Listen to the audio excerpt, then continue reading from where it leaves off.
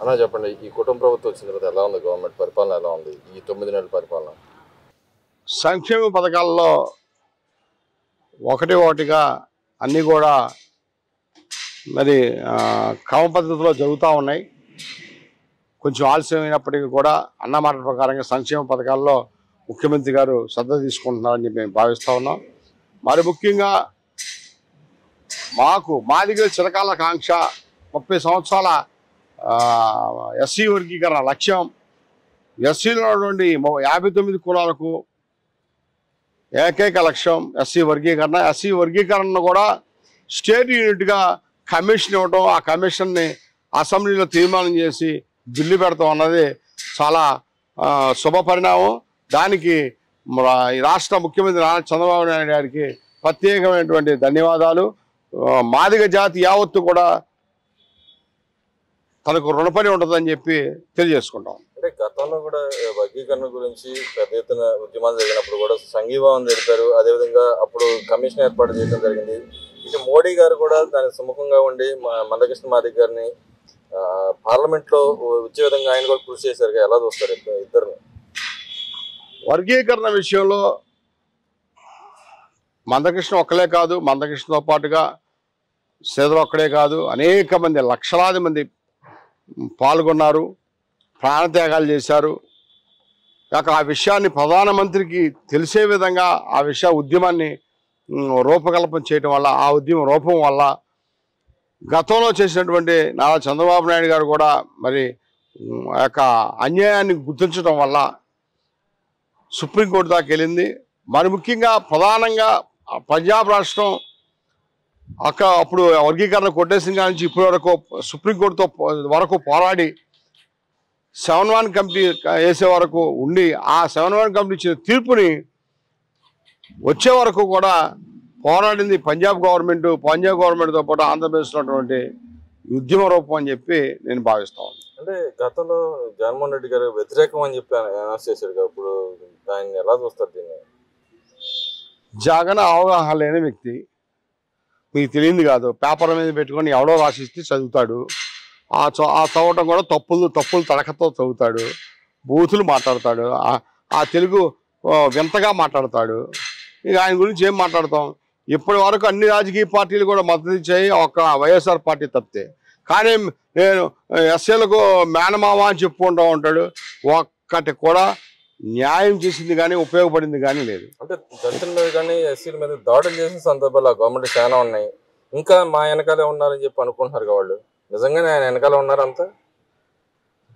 ఇప్పుడు అబద్ధాన్ని అంబేద్కర్ అన్నట్టుగా అబద్ధం నిజాన్ని బయటకు వచ్చేలోపు అబద్ధం ప్రపంచాన్ని చుట్టొచ్చిద్దన్న సామెత ఉంది. ఆ పద్ధతిలో అబద్ధాన్ని ఎక్కువగా తిప్పుతూ ఉంటాడు. ఆయన ఛానల్లో వాళ్ళ యొక్క మనుషులు పరిస్థితి అది. అంటే ఇంకో విషయానికి వస్తే సంక్షేమ పథకం అసలు ఏం ఇవ్వట్లేదు, నేను ఉండగా ఇచ్చిన సంక్షేమ పథకం ఈ గవర్నమెంట్ అంతా తీసేస్తుందని చెప్పండి. నిజంగానే ఆ పరిస్థితి రాష్ట్రంలో ఉందంటారా? సంక్షేమ పథకాలు వస్తున్నాయి కదా, రాగానే ఎలక్షన్ కోడ్లో ఆపేసినటువంటి ఆ సంక్షేమ వాళ్ళని ప్రెస్ చేసి ఇచ్చారు కదా, పెన్షన్ ఇచ్చారు కదా.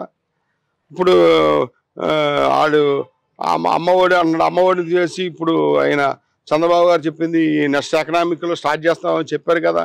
దీపం పథకం వచ్చింది కదా. మరి ముఖ్యంగా మాకు సంతోషంగా దళితులకి ఏకైక లక్ష్యం వర్గీకరణ అయింది కదా, ఇంకెంతకన్నా ఏం కావాలి? అంటే ఫ్రీ బస్సు ఇస్తున్నారు, ఫ్రీ బస్సు ఇవ్వట్లేదని నేను ప్రాపకాండా చేస్తా ఉన్నారు వాళ్ళు. అది అధ్యయనం చేస్తామని చెప్పింది గవర్నమెంట్. అన్నీ ఒకేసారి సాధ్యపడవు కదా. అసలే లో బడ్జెట్లో ఉన్న సంగతి జగన్కి తెలియదా? జగన్కి ఎంత అప్పులు చేశాడో, ఎంత లో బడ్జెట్లో ప్రభుత్వానికి అప్పచెప్పాడో తెలుసు కదా. దాన్ని సరి చేసుకొని రాజధాని మీద ఎక్కువగా మనకి ఇప్పుడు చెప్పుకోవడానికి రాజధాని లేదు. ఆ రాజధాని మీద ప్రభుత్వం దృష్టి పెట్టింది. అన్నిటికన్నా ముఖ్యం రాయలసీమ ప్రాంతాలకి నీరు వచ్చే విధంగా పోలవరం ప్రాజెక్టు ప్రారంభించింది. ఇవి కూడా మరి అవసరం కదా. సంక్షేమాల వల్ల రాష్ట్ర అభివృద్ధి, ఆ పంటలు పండితే ఇంకా రాష్ట్రం అభివృద్ధి చెందింది కదా. పోలవరం వాటర్ నీళ్ళు వల్ల, మరి రాజధాని వల్ల మనకు ఒక రాజధాని ఉందని తెలిసింది కదా, జనాలకి ప్రాజెక్టులు వస్తాయి కదా. మరి ఆదాయాన్ని పెరగాలి, పెరిగిన ఆదాయం ద్వారానే మనకి సంక్షేమ పథకాలని అమలు చేయడానికి అవకాశం ఉంటుంది. అదే చూసుకుంటే జగన్మోహన్ రెడ్డి గారు అయితే ₹1 తీసుకుంటాను నేను జీతం ₹1 తీసుకుంటాను, అంతకుమించి నాకు అవసరం లేదు అంటాడు. ఇప్పుడు అసెంబ్లీకి రమ్మంటే రాకుండానే వెళ్ళిపోయాడు. నాకు మాట్లాడడానికి అవకాశం ఎవరు కాబట్టి ఎవరు అని చెప్పి అంటున్నాడు. ఇప్పుడు రేపొద్దున ₹1 తీసుకుని ఆయన ఎమ్మెల్యేగా కొనసాగుతారంటారు.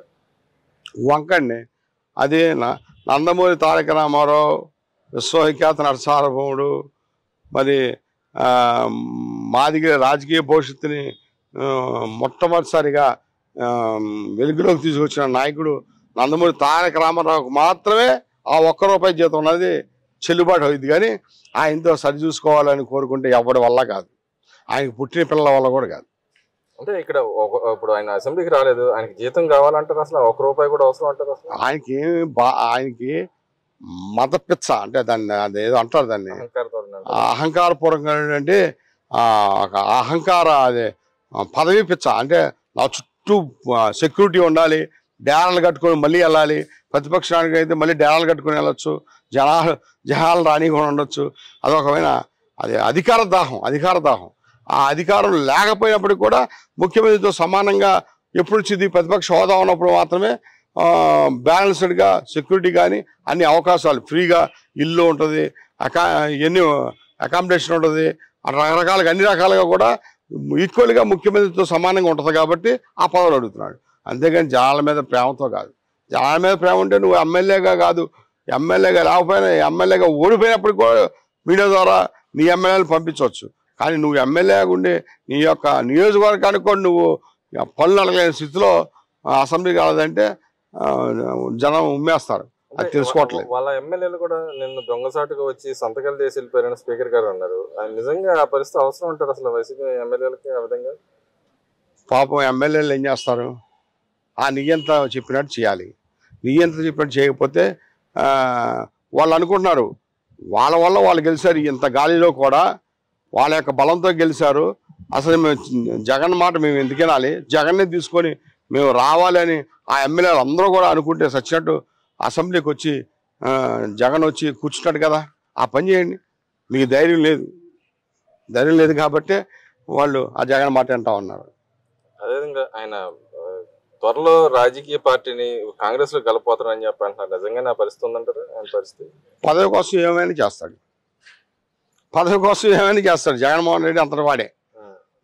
అంటే గతంలో మరి కాంగ్రెస్ ప్రభుత్వంలో ఉన్నప్పుడు మా యొక్క కుల సంఘాలు కలవడానికి వెళ్తేనే, ఎలక్షన్ టైంలో కూడా వెళితేనే, మా యొక్క అభ్యర్థుల ఎస్సీ వర్గీకరణ విషయంలో వెళ్తేనే సుప్రీంకోర్టు తీర్పుకి అనుగుణంగా ఉంటాను అని చెప్పండి ఈ జగన్మోహన్ రెడ్డి ఇప్పటి వరకే కూడా సుప్రీంకోర్టు తీర్పు వచ్చిన కాడి నుంచి వర్గీకరణ మీద మాట్లాడలేదంటే ఏకైక దళిత ద్రోహి జగన్మోహన్ రెడ్డి. కానీ చంద్రబాబు నాయుడు ఇదంతా మసిబూసి మార్కెట్ చేయడానికి ట్రై చేస్తారని చెప్పి అంటున్నాడు, వాళ్ళ నాయకులు అంటున్నారు. వర్గీకరణ విషయంలో చంద్రబాబు నాయుడు గారు చేసేది ఉంది. సుప్రీంకోర్టు ఇచ్చింది, సుప్రీంకోర్టుకు అనుగుణంగా నీకు కమిషన్ వేస్తాడు. కమిషన్ ఏమన్నా తప్పుడు అభిధ్యానం చేసిందా? హుషామార్ కమిషన్ ఉంది, రామచంద్ర కమిషన్, హుషామార్ కమిషన్, ఇవన్నీ కూడా తప్పుడు తారకనా? అంటే వాళ్ళు దాంట్లో ఏదైతే వర్గీకరణకు సంబంధించిన అంశం కూలంకుషంగా బయట పెట్టలేదు, ఓన్లీ ఏదో ఇస్తామని చెప్పి చెబుతున్నారు అని చెప్పి అన్నాడు. నిన్న అసెంబ్లీ చూస్తుంటే తెలుస్తుంది చాలా క్లియర్గా కూడా ఏదో నిష్పత్తితో రాష్ట్ర యూనిట్గా చేసుకోవాలనుకున్నాడు. నేను కూడా జిల్లా యూనిట్ అనుకున్నాను. జిల్లా యూనిట్ని 2026 సెన్సస్ ద్వారా చేస్తానని చెప్పి ఆయన ముఖ్యమంత్రి గారు చెప్పారు. మేము జిల్లా యూనిట్ వల్ల మాకు నష్టం జరుగుద్ది, మాలా మాదిగలు తప్పించి మిగతా ఉపకులాలన్నిటికీ అన్యాయం జరిగిద్దని మేము కమిషన్కి శ్రీకాకుళం మొదలుకొని అనంతపురం వరకు చెప్పుకుంటూ వచ్చాం. మేము అదే ఆశించిన విధంగానే నిజంగానే అధ్యాయం ప్రకారంగా మేము చెప్పిన విధంగానే ఎస్సీ కమిషన్ కూడా రాష్ట్ర యూనిట్గా ప్రకటించింది. ఇంకా దాన్ని